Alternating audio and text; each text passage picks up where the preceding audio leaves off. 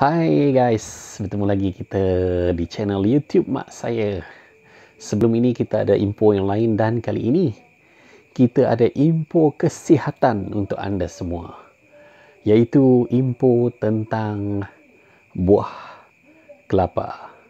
Kalau anda sudah sedia, sebelum itu sila subscribe channel ini supaya channel saya lebih berkembang besar lagi nanti. Dan saya akan buat info-info yang menarik untuk anda. Okey, kita simak video ini. Kita tengok sama-sama apa kelebihan buah kelapa.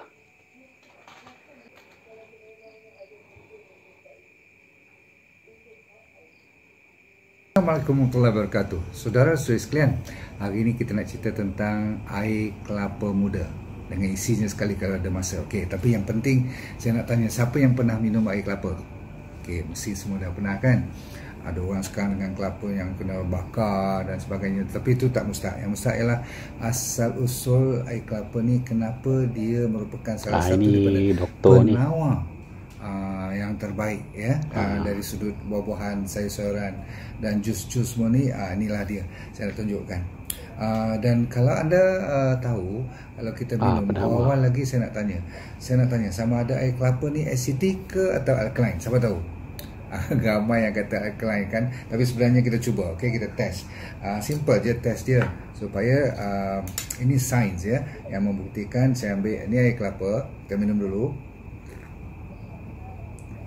Okey, memang sedap. Okey, dia nak uji dulu ambil sikit air kelapa, asid ke alkali dia punya air kelapa ni. Dan kita test. Ini senang je. Test ni anda semua tahu kan. Jangan lupa kita ambil apa tu, jangan lupa subscribe juga channel Dr. Nordin Daus yang ni. bela ikan tu anda tahulah kan. Dia mesti nak selalu tengok membuat pH air cantik tak cantik tak. info-info tentang kesihatan. Kita tengok sendiri, kita masuk depan mata anda. Satu, nampak warna apa tu? Dah nampak kan? Dua, lagi. Tiga. Okey, saya buat tiga cukup lah. Okey, dan tiga ni nanti sekejap saya kacau dia, tutup dulu. Kita tumpah pula nanti. Okey, tapi ramai orang tak tahu ni warna apa ni. Cuba tengok. Orange dah kemerah-merahan dah, betul tak? Berarti kalau siapa yang belajar tentang pH kan, kalau tengah tu dia hijau muda, betul tak? About 7.1. Warna kalau hijau tua tu saya dia tengok lebih warna orange tu dia jadi 7.8, kuning lagi. 7.9. Kalau hijau dah gelap sampai nak ke arah ke ungu tu, itu very alkaline, 9-10 pH nya. Tapi kalau kuning nak ke orange, dia dah mula acidic, 6. Okey, kalau merah-merah ni 5 kan. Okey, kadang-kadang kalau merah menyala tu sampai 4 pun ada. Okey, tapi kalau bawah daripada 4 tu nak minum pun tak boleh kecuali orang yang minum alkohol dan sebagainya. Tapi yang penting ialah kita nak bagi tahu macam mana Tuhan jadikan daripada acidicnya kat luar masa kita minum ni, tapi bila sampai kat dalam dia boleh jadi penawar. Penawar ni maksudnya mestilah alkaline kan, sebab apa? Penyakit-penyakit seperti kanser, apa benda bahan, apa tu, penyakit seperti high blood, diabetes, kolesterol, semua tu dia ataupun inflammation dalam badan kita, ada masalah infection dan sebagainya. Badan kita sentiasa kalau macam tu dalam keadaan yang acidic. Jadi kalau kita nak leraikan masalah tu, kita kena masukkan bahan-bahan yang alkaline, betul tak?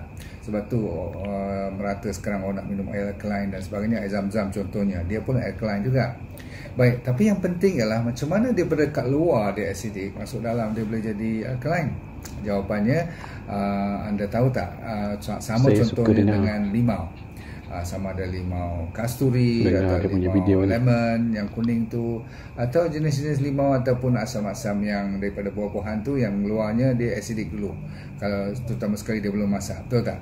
Tapi cantiknya Tuhan jadi body kita ni, apabila dia masuk ke dalam ya, sama ada air kelapa ataupun yang selalu you dengar ialah air limau atau air ginger dan sebagainya ni, bila dia acidic pun kat luar, bila dia kena dengan enzim daripada mulut kita lagi, daripada air liur, saliva kita lagi, dan bila dicampur nanti dengan sambungannya ke hidroklorik asid dan sebagainya, bila dia bertembung dengan enzim dan sebagainya, nanti dia Tuhan jadikan boleh bertukar menjadi alkaline.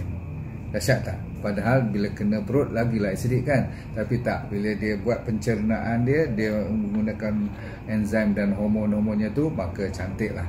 Tapi sebenarnya kenapa dia boleh jadi alkaline juga, saya akan cerita. Okey. Kebaikan pertama ataupun manfaat pertama apabila you minum air kelapa muda ni ialah nombor satu, dia boleh mengurangkan berat badan, weight loss. Jadi bagi mereka yang nak kuruskan badan, dia ada special bioactive enzyme dalamnya. Bila masuk dalam badan kita, dia boleh proseskan pencernaan bahan-bahan yang berminyak ataupun kolesterol dan sebagainya itu untuk mengurangkan berat badan. Jadi kalau siapa yang amalkan 3-4 kali seminggu tu, ada chance you boleh kurangkan berat badan. Lagipun dia cuma 46 kalori je satu gelas macam ni. Senang ingat 50 kalori lah. Jadi kalau satu gelas 50 kalori, boleh paling boleh minum 2 badan. gelas lah kan. Itu pun cukup. Bagi yang diet boleh kena pula dengan isinya cukup kenyang. Okey. Dan isinya jangan risau, tak terlalu banyak kalori. Okey.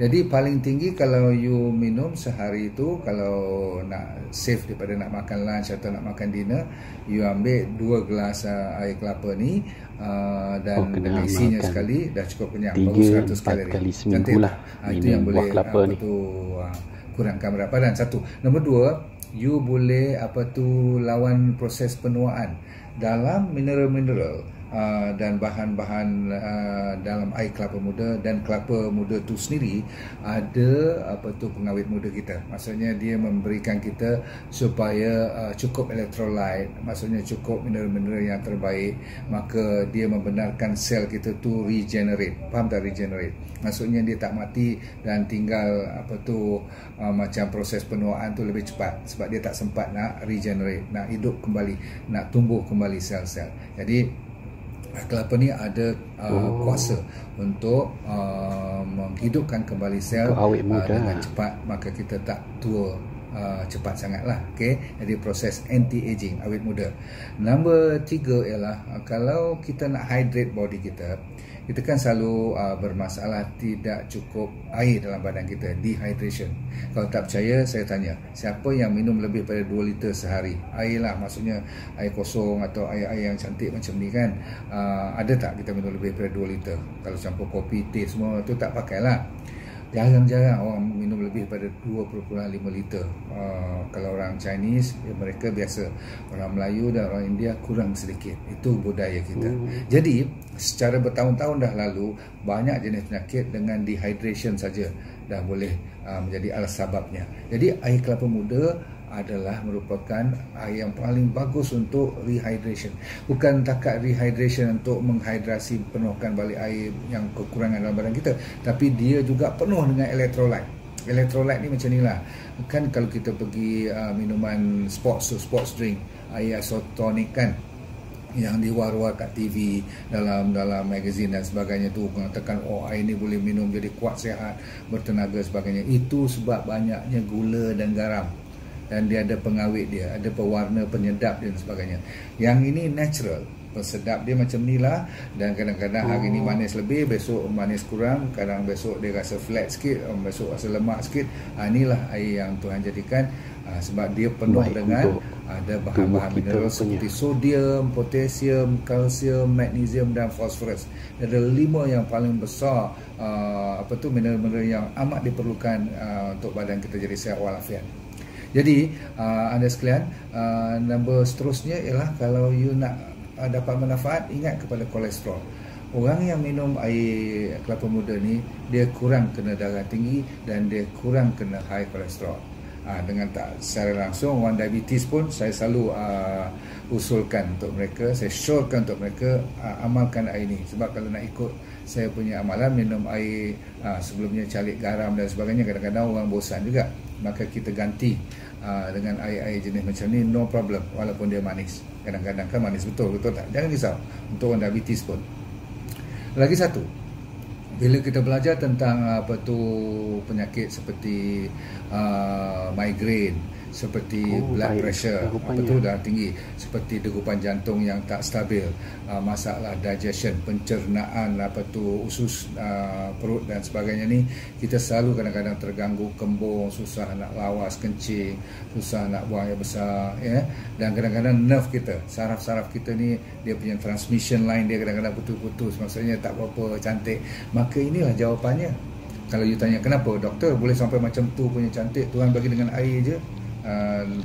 Tapi kalau you tengok pembuatan air ni saja, mana ada filter yang tercantik dan tercanggih di dunia. Dan kalau pokok jenis dulu kan yang tinggi-tinggi, bukan yang rendah-rendah tu, berapa kaki tinggi, berapa meter tinggi dia. Jadi air yang diisap daripada bawah naik ke atas tu dijadikan putik dulu, putik tu membesar lagi, jadilah. You tengok gambar kat belakang, ini salah satu gambar kegemaran saya. So bila kita tengok ni dengan warnanya hijau, cantik, hijau muda dia dengan daun dia, tengok kan, rasa tenang je. Itu baru tengok. Tapi bila kita ambil dia punya minuman dan kita makan dengan isinya sekali, Masya Allah, tapisan dia tu bersih, tanpa satu jari pun tempur. Bila kita buka tu, kita minum straight, jangan biar lama-lama. Sebab tu air ni kalau biar lama-lama, dia nombor satu dah acidic. Kalau lebih pada 6 jam dia jadi masam. Tu tak, dia dah mula nak ferment. Faham tak? Okay. Jadi ujung-ujung sekali jangan lupa, bagi mereka juga yang risau tentang bakteria dan virus, minum air ni banyak-banyak. Badan kita yang ni natural antibakteria dan antivirus pun, bayangkan. Dan bagi mereka yang selalu ambil ubat kencing kan, susah nak lawas kencing, kadang-kadang doktor bagi banyak ubat, inilah ubat yang natural sekali. Anda cuba ni, kalau kencingnya lawas, tak payahlah nak makan ubat-ubat tu lagi. Sebenarnya yalah, ubat tu tetap ubat, kadang-kadang ada kesan sampingan kan. Yang ni kencing kerap, betul. Jadi saya nasihatkan jangan minum ni waktu malam. Nanti kena tak boleh tidur pula nanti. Okey, kalau ada soalan apa-apa, anda tolong PM kat saya, ataupun apa-apa kalau nak dapat lagi berita-berita macam ni ataupun ilmu-ilmu macam ni, tolong subscribe dan picit loceng kat bawah tu. Semoga setiap benda baru yang saya cuba kongsi cerita dengan anda dengan ikhlas, saya nak bagi the best for you. So please jangan lupa subscribe dan cerita pada kawan ramai-ramai. Manalah tahu yang boleh tolongkan. Kalau tidak ada apa-apa, jangan lupa minum 3 hingga 4 kali seminggu air kelapa muda bersamaan dengan isinya. Jumpa lagi. Selamat sehat walafiat. Okey, itu tadi sedikit sebanyak tentang info yang doktor tu bagi tadi tentang kelebihan kita minum buah kelapa dengan isinya sekali tu. Dia kata minum 3 kali dalam seminggu lah. Baik untuk penuaan, kolesterol yang darah tinggi tu, awet muda juga. Memang terbaik lah minyak kelapa ni. Air kelapa ni, bukan minyak, air kelapa. Okey. Sampai jumpa lagi di info-info yang seterusnya. Assalamualaikum.